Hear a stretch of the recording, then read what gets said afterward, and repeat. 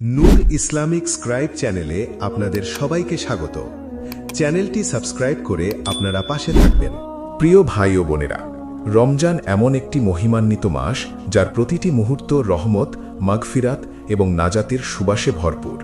এই মাসে বান্দা যখন রোজা রেখে ক্ষুধা ও তৃষ্ণা সহ্য করে, তখন সে শুধু খাবার থেকে বিরত থাকে না, সে নিজের নফস, নিজের অহংকার, নিজের গুনাহের প্রবণতাকে নিয়ন্ত্রণ করে আল্লাহর সন্তুষ্টির জন্য। আল কুরআনে আল্লাহ বলেন যে রোজা ফরজ করা হয়েছে যেন আমরা তাকওয়া অর্জন করতে পারি। তাকওয়া মানে শুধু ভয় নয়, বরং এমন এক অন্তরের জাগরণ যেখানে মানুষ একা থাকলেও গুনাহ থেকে বাঁচে, কারণ সে জানে তার রব তাকে দেখছেন। এই রমজানে কিছু দোয়া এমন আছে যেগুলো বিশেষভাবে কবুলের প্রতিশ্রুতি বহন করে। আর যদি আমরা খাঁটি হৃদয়ে, হালাল উপার্জনে, চোখের পানিতে এবং অনুতপ্ত অন্তরে সেই দোয়া করি, তাহলে ইনশাআল্লাহ তা বিফল হয় না। রমজানের প্রথম বিশেষ দোয়ার সময় হল ইফতারের মুহূর্ত, যখন সারা দিনের সিয়াম শেষে একজন রোজাদার তার হাত উঠায়। হাদিসে এসেছে, সুনান ইবনে মাজায় বর্ণিত, যে রোজাদারের ইফতারের সময়ের দোয়া ফিরিয়ে দেওয়া হয় না।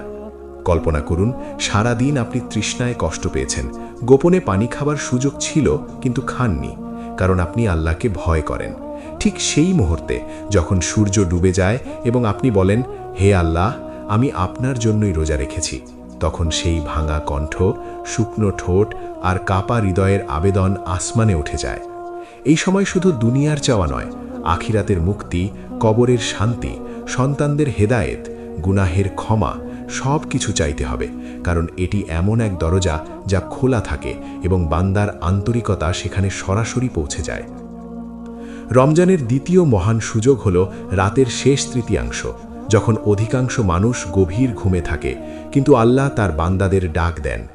সহিহ আল বুখারী ও সহিহ আল মুসলিমে বর্ণিত আছে যে আল্লাহ প্রতি রাতের শেষ ভাগে নিকটবর্তী আসমানে অবতরণ করে বলেন, কে আছে আমার কাছে চাইবে, আমি তাকে দেব। কে আছে ক্ষমা চাইবে, আমি তাকে ক্ষমা করব।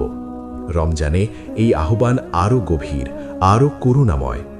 যখন আপনি সেহরির আগে উঠে 2 রাকাত তাহাজ্জুদ পড়েন, দীর্ঘ সিজদায় নিজের পাপ স্বীকার করেন, নিজের ব্যর্থতা মেনে নেন এবং বলেন, হে আল্লাহ, আমি দুর্বল, কিন্তু আপনি পরম শক্তিমান, তখন সেই দোয়া আর সাধারণ থাকে না, সেটি হয়ে যায় এক অন্তরের কান্না যা আরশ পর্যন্ত পৌঁছে যায় এবং বান্দার তাকদীর বদলে দিতে সক্ষম হয়। রমজানের তৃতীয় এবং অত্যন্ত গুরুত্বপূর্ণ দোয়ার সময় হল লাইলাতুল কদর, যে রাত 1000 মাসের চেয়েও উত্তম বলে ঘোষণা করা হয়েছে। আল কুরআনের সূরা কদরে এই রাতের মর্যাদা স্পষ্ট করা হয়েছে।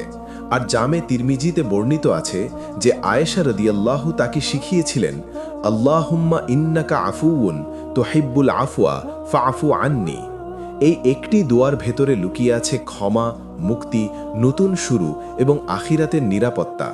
লাইলাতুল কদরের রাতে ফেরেশতারা নেমে আসে, রহমত বর্ষিত হয় এবং বান্দার ভবিষ্যৎ নির্ধারিত হয়।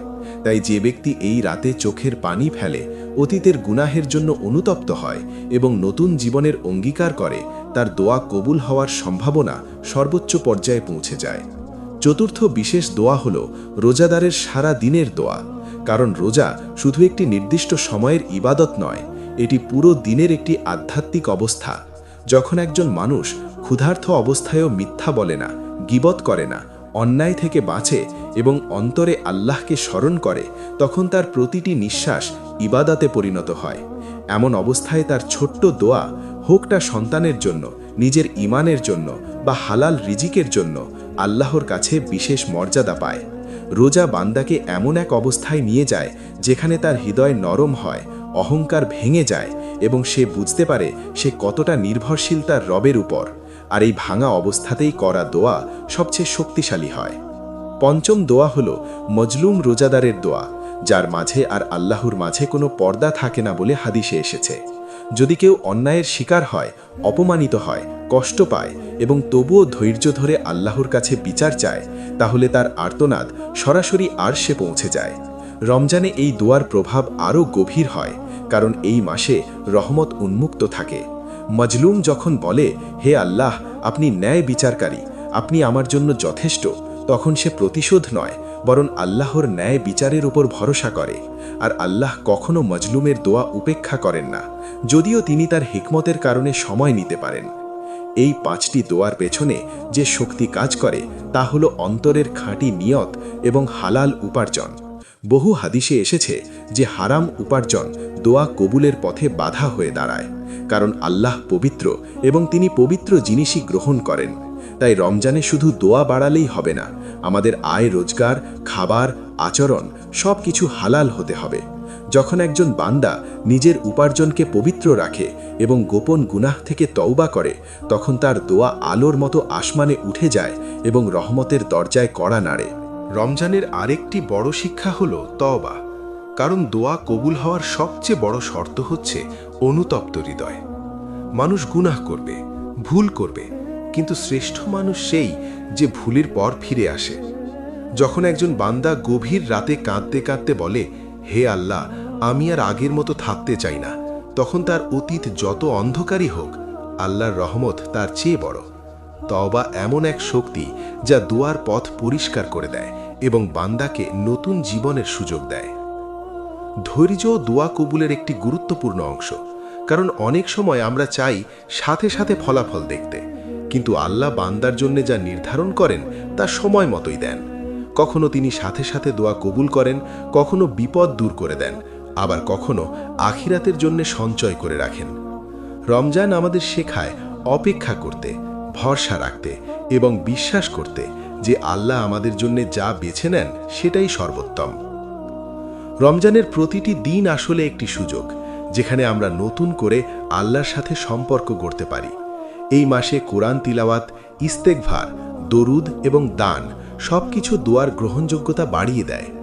যখন একজন বান্দা নিজের অন্তরকে পরিষ্কার করে, মানুষের হক আদায় করে এবং আল্লাহর হক পূরণ করে, তখন তার দোয়া কেবল শব্দ থাকে না, তা হয়ে যায় এক জীবন্ত আবেদন যা আল্লাহর কাছে মূল্যবান হয়ে ওঠে। আমাদের মনে রাখতে হবে, দোয়া মানে শুধু চাওয়া নয়, দোয়া মানে আত্মসমর্পণ। যখন আমরা বুঝি যে আমাদের শক্তি সীমিত এবং আল্লাহর শক্তি অসীম, তখন আমরা প্রকৃত দোয়া করতে পারি। রমজানে এই আত্মসমর্পণ সবচেয়ে গভীর হয়, কারণ ক্ষুধা ও তৃষ্ণা আমাদের অহংকার ভেঙে দেয় এবং আমাদের শেখায় আমরা কতটা নির্ভরশীল আমাদের রবের উপর। শেষ কথা হলো, রমজান দ্রুত চলে যায়, কিন্তু এর প্রভাব সারা জীবনের জন্য থেকে যেতে পারে যদি আমরা এই 5টি দোয়ার সুযোগকে কাজে লাগাই। ইফতারের মুহূর্ত, রাতের শেষ ভাগ, লাইলাতুল কদর, রোজাদারের সারাদিনের অবস্থা এবং মাজলুমের আর্তনাদ, এই 5টি সময় ও অবস্থা আমাদের জন্য এমন দরজা খুলে দেয় যা হয়তো বছরের অন্য সময় এতটা উন্মুক্ত থাকে না। তাই আসুন আমরা এই রমজানে শুধু আনুষ্ঠানিক রোজা না রেখে অন্তর দিয়ে দোয়া করি, চোখের পানি দিয়ে গুনাহ ধুয়ে ফেলি এবং আল্লাহর কাছে এমনভাবে ফিরে যাই যেন এটাই আমাদের জীবনের শেষ রমজান, কারণ যে বান্দা খাঁটি হৃদয়ে চায়, আল্লাহ তাকে কখনো ফিরিয়ে দেন না।